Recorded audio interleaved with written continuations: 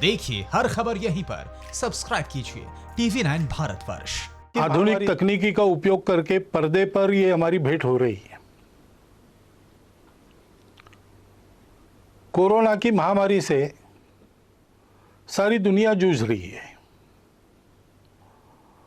और उस बीमारी के साथ लड़ाई का एक अनिवार्य अंग है घर में बंद रहना।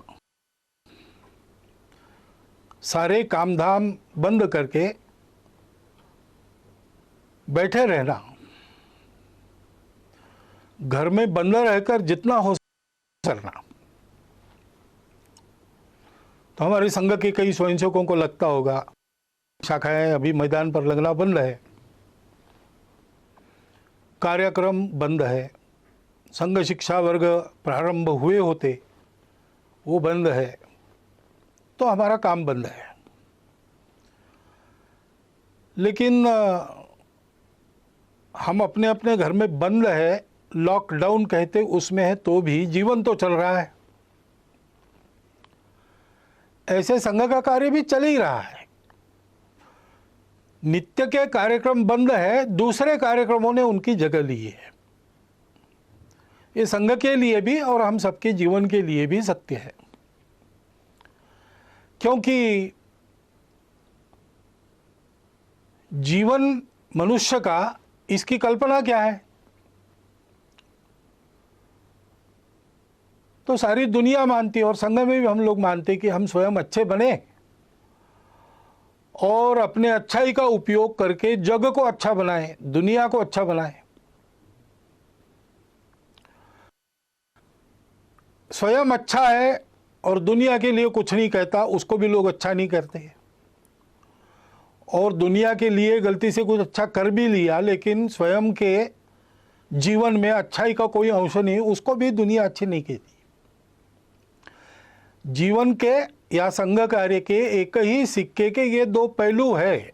अपनी परंपरा में ऐसा कहते हैं, एकांत में आत्म साधना और लोकांत में परोपकार।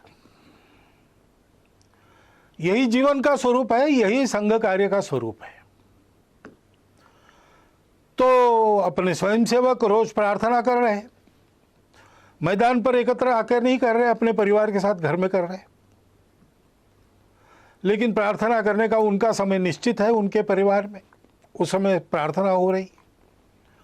अनेक प्रतिनिधित स्वयंसेवक अपने प्रतिज्ञा का स्मरण करते होंगे।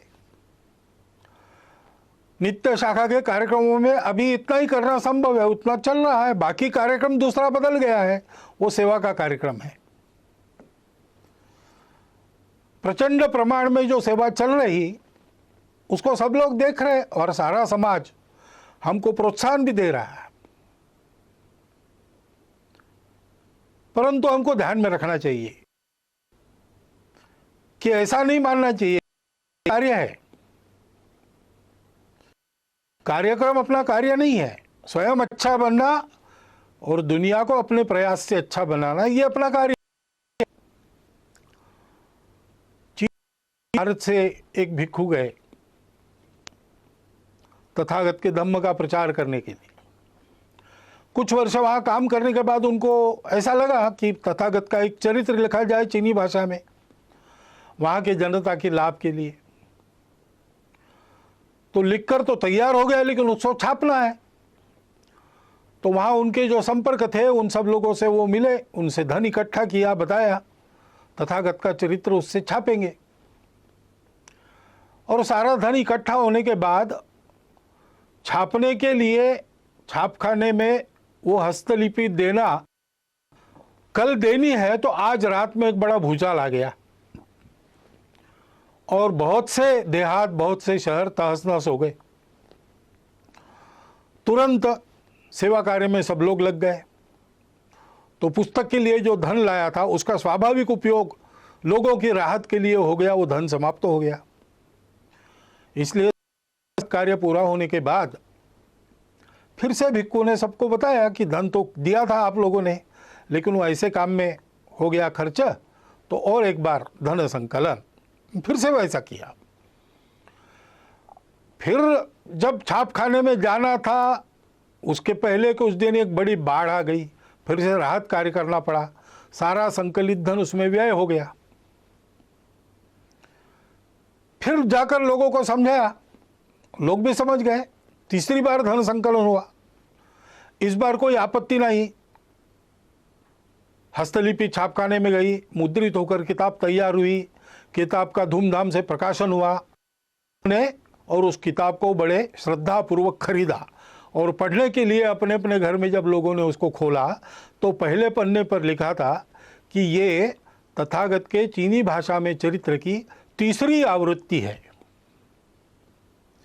यानी लिखित चरित्र एक चरित्र का स्वरूप है, लेकिन उस चरित्र का जो संदेश है दुनिया की दुख मुक्ति, उसको आचरण में उसके पहले 2 बार लाके दिखाया गया, तो वो भी उस पुस्तक की आवृत्ति है।